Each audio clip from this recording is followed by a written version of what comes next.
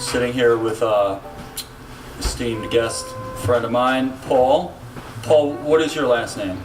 Macdonald, M-A-C, small d, O-N-A-L-D. They took away a big D. I think it's something about stealing sheep in Scotland, so small d. Yeah, tradition.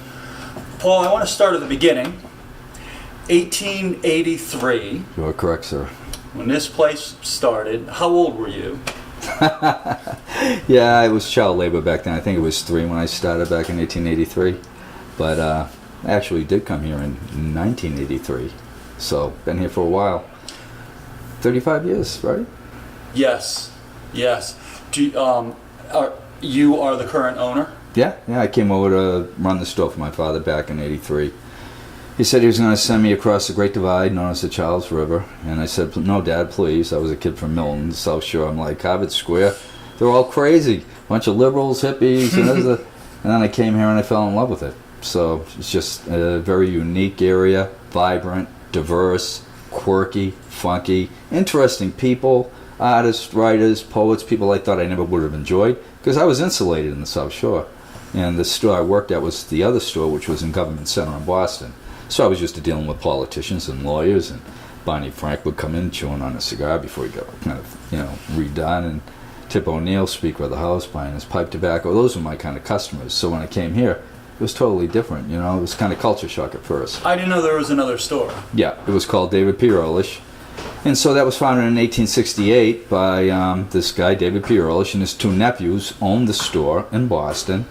They were Harvard educated, class of 26, 28, and secretly loved this store more than their family's Boston store. So in 1950, when they had a chance, they bought Leavitt Peirce. Out of respect, never changed their name, so it was a 2-store company. Ehrlich's in Government Center, Leavitt Peirce in Harvard Square.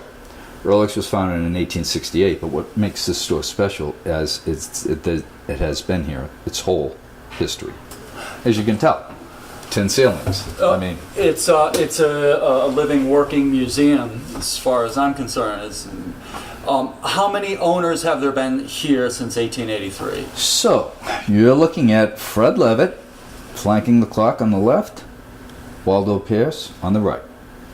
Now, if you look at those 2 guys, Fred probably handled the customers. Waldo, always staring at me, never laughing, but I think he handled the books. So that was 1883. They owned the store until about 1920. And then a couple of Harvard students thought it was a cool place to buy and thought it would be a fun place to work at, and then they realized it was work. And so, so I think it was in a couple of different owners' hands up until 1950 when the Ehrlich brothers bought the store. And then your dad was an owner? No. So here's what happened. So when the Ehrlich family bought the store in 1950, headquarters was kind of the Boston store, Ehrlich's, and my father actually came in to run the 2 stores for the Ehrlich family. He was involved in a retail background, Filene's, Jordan's, when they were kind of cool department stores. And what year was that when your dad? That was in the early 70s. And then in the late 70s, one of the brothers died. Again, class of 28 and 26, they were older. And I like those guys, one of them especially. He was married to Virginia Gardner of the Gardner Museum fame. Mm-hmm. And he passed away first, and the second brother sold the store to my father. Both stores.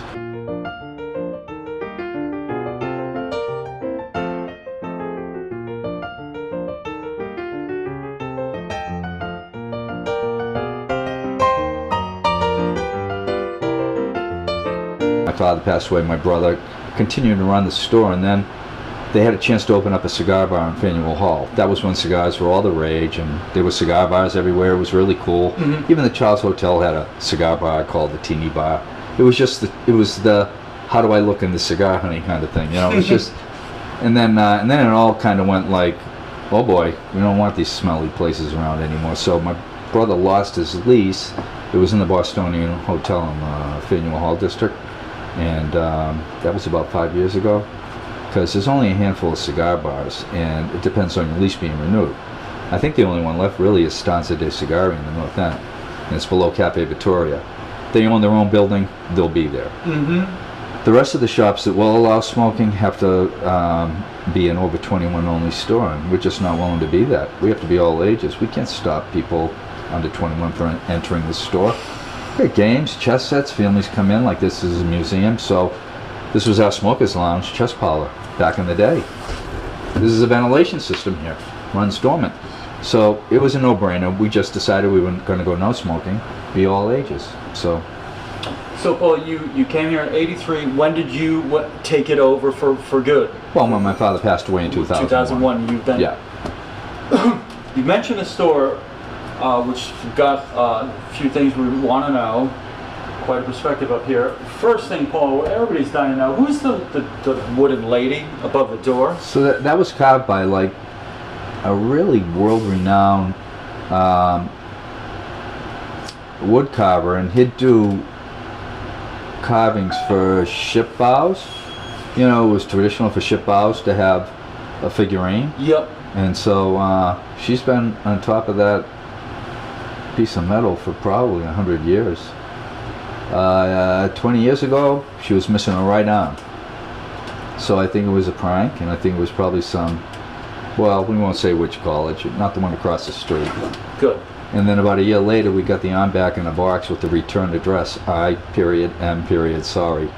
And then we got this artist, his name's Mike Riley, he's really cool. He works at the, it's not Brick Bottom, it's the one in Somerville on Mount Vernon Street. There's a lot of artists and sculptors and painters there, and he restored her arm back, and so she's got her arm back. The original arm is back. Yep. This may as well be a museum. I mean, it's hard for me to believe that like stuff is for sale. It looks like I'm in a museum. It is part museum. It's part museum, part store. I mean, people come in and they just look at the old photos. You know, I mean, you know, look at these oars. Yes. We have, you know, below us football teams from the glory days. Footballs in the back from the glory days, yes, including the famous 29-29 game in 1968. The headlines read the next day, Harvard beats Yale 29-29. Because Yale was a powerhouse, they were rated in the top 10 in the country. Harvard wasn't supposed to stand a chance. And they came back like with 4 or 5 minutes left to score 16 points and tie the game. Yeah, and one night I was here late, and what happened was substitute quarterback came in and kind of led that comeback. And so I was here late one night, and Saturday night, guys looking at the football. And I'm saying, kind of know the story about the football? He goes, yeah, I think I do. I was the backup quarterback that came in. His name was Champy. See, who are some of the other luminaries that have... We're not name droppers here, so, you know, you want me to say Tommy Lee Jones? Oh, yeah, okay, yeah, he's been in here. Lighten up, Tommy. It's just life. Anyways, but, no, see, our kind of famous is different than your usual kind of famous, you know? I mean, we get Nobel Prize winners, we get princes and kings, and the sons and daughters of princes and kings. Every once in a while, a rock star, or you get, an actor like, you know, Ben Affleck came in when he was going out with J-Lo. I can remember JFK Jr. coming in when he was going out with Daryl Hannah. I mean, I'm dating myself, right? But yeah, I mean, we just leave people alone. We don't get starstruck in here. I don't. So. Yeah, you kind of enforce a certain culture in here, right? Everybody gets treated like rock stars and royalty. So yeah, I'm just not, you know. There was one Nobel Prize winner that used to come in here, got a Nobel Prize in physics. I won't mention his name, but he was a really interesting guy because he'd always ask me questions about me. And that's a guy that just was really cool because he was always learning about something else, even though he was a Nobel Prize winner in physics. You know, it's like, that's impressive. That separates the great from the greatest. I've noticed there's exceptional customer service here, and do you enforce a dress code? Because everybody seems pretty dapper here. Well, it used to be shirt and tie, and then I had to relax that a little, and then it was like, just make sure it's a shirt with a collar, and kind of relax, and then you tuck it in, and now it's like shirts look better tucked out, so I don't know. I mean, it's 2018, so, you know, I wear the shirt and tie. Basically, this says complaint department. So, but you have to look neat and professional, and professional's not just dress, it's how you, it's a demeanor, you know. No small talk, and get the iPhones out of here, and be attentive to when someone walks in. If they want to be left alone, you kind of get that vibe, like this person just wants to discover the store. If they want help, and you can tell they're in a rush or maybe double parked, okay. But if they're third in line, guess what? Get taken care of third in line. I think it could be like a street person in front of you. I don't care. Third in line, Mr. Movie Star, rock star, whatever. There are some people that are like, excuse me? I'm like, I'm sorry, I'll be with you in a second. You're representing 135 years of tradition? Yeah, quality, service, and price. That's nice. It sounds like a discount furniture store, Dad, but it's an age-old recipe that works.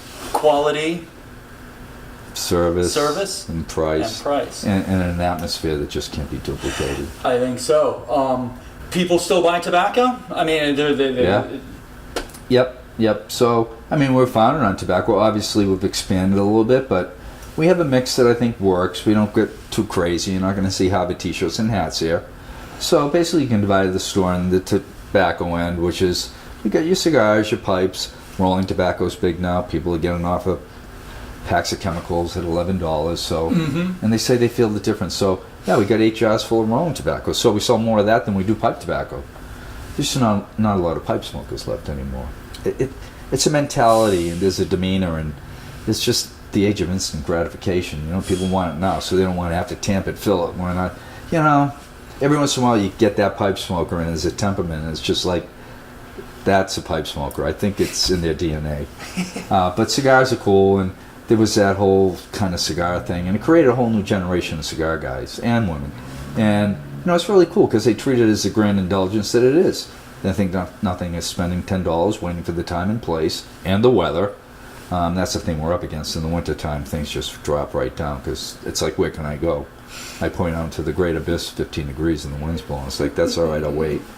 But, so the cigar thing is kind of cool. The young guys are really into it. Some of them belong to cigar clubs, and they're onto the blogs, and they know a lot. And so they treat it the way you treat craft beers. Or it's become a boutique kind of thing. Yeah.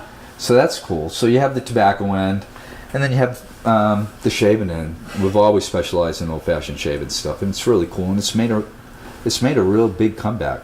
People are like, they've had it with Gillette and add a bell and a whistle and $3 and like, you know, is it really a good shave, or you're falling for the advertisement? Show a pretty girl on a 5-bladed razor and you walk into Walgreens like a zombie. It seems like everything's driven by advertising. So they come in here and they can get a safety razor and 10 blades, and it's going to last for months, and it's a better shave. You just have to go slower. Slow down. Use a shave brush and a shave soap. How do you sharpen them? Is there like... Well, that's a straight razor. That's a little bit different, and that you got to know what you're doing with the straight razor. I'm talking about like a safety razor where you drop a blade in and it has 2 edges, twist and it closes. It's the way our grandfather shaved. So sometimes things go back full circle. And speaking of which, you even have tarot cards here. We've always carried cards. So poker got big, always carried poker cards. Tarot, I mean, this is kind of the area for tarot. Part of me is like a good Catholic boy, like tarot. Kind of scary. Is that witchcraft? No. People that buy tarot cards are cool. You know, I talk to them. They're like interesting people. Well, I enjoy people. I enjoy the different people that I meet, you know.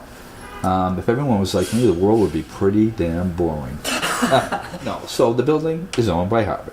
And we're very safe. And so I said to the mayor, we were meeting, I think, about a year ago, and it had to do with where Curious George is. That whole block was bought by an equity firm, and so everybody's worried about what's going to happen to the block. Curious George is a strong feeling for them. Even Urban Outfitters, and then the block stretching to where up to where the hard was. Like, there's going to be changes. I wanted to get a little bite to eat on my way here, so I noticed the Tasty or the Worst House is no longer here. I mean, they've been gone for 25 years. Where have you been? What else has changed in Harvard? Has Harvard Square really changed that much? We had the class of coming in for the 50th reunion, and they're asking where the Worst House and Tasty and Elsie's is, and at least they have an excuse, like, when was the last time you were here? 25 years ago. So, how could those had traditions almost as long? Well, maybe nobody has a tradition as long as this place, but they had long traditions. They were beloved, and the Tasty was like a symbol. And when the Tasty left, there was actually a movement, Save the Tasty. All 5 stools. You know, it was just one of those places. It was just always there. Could be, you know, a snowy night, 2 in the morning.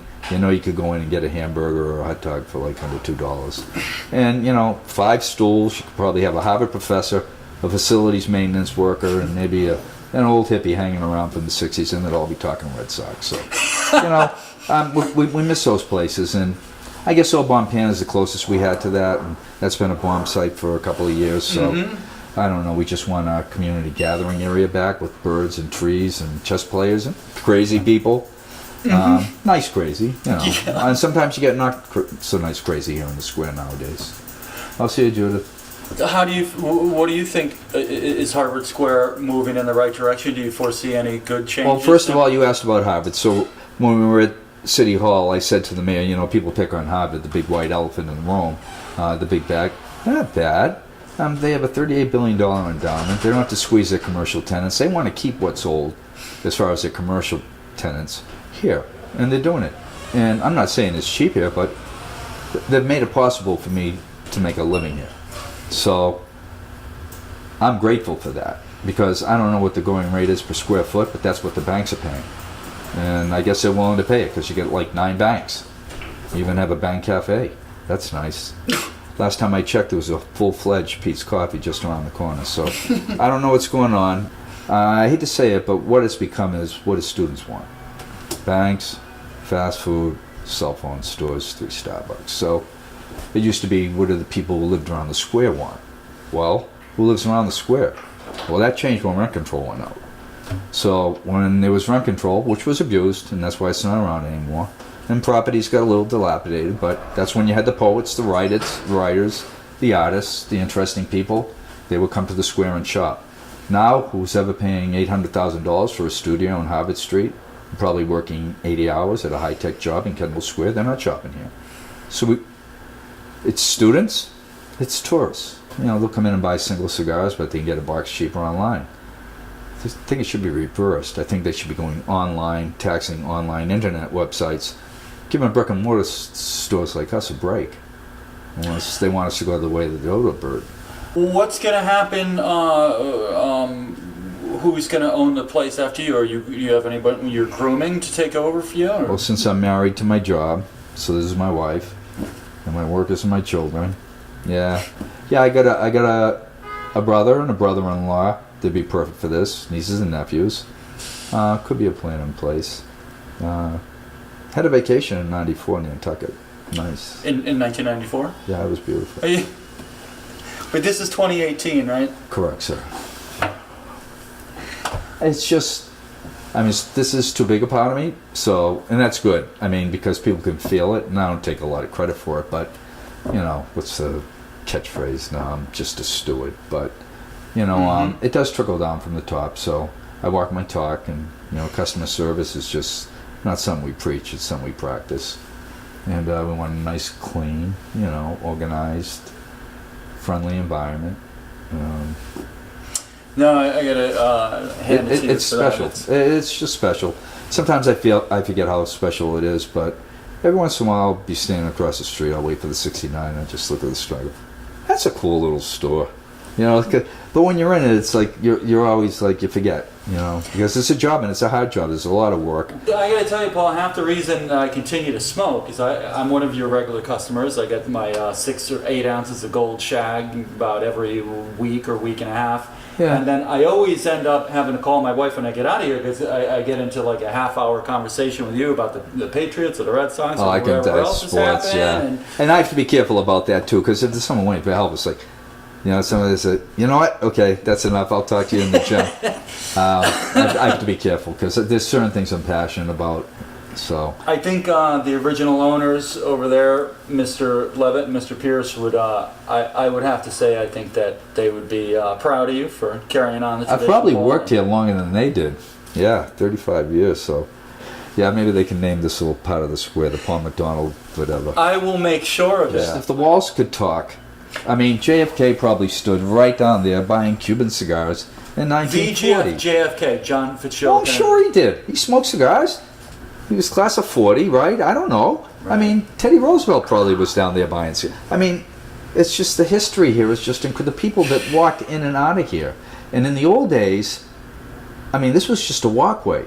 You go through those 2 doors behind you, up a set of little stairs, and we had a billiard room above us. It was Leavitt Peirce's billiard room. And that was there in the 30s, 40s, and 50s. Yeah, this was just a walkway. I turned it into a chess pile when Harvard took back that whole second floor. Paul, it's a a pleasure and honor for me to represent Cambridge Community Television and interview you here today. This is my first time I ever came up here. I always felt This is our little hidden treasure up here. People don't even know what's up here. It's kind of cool.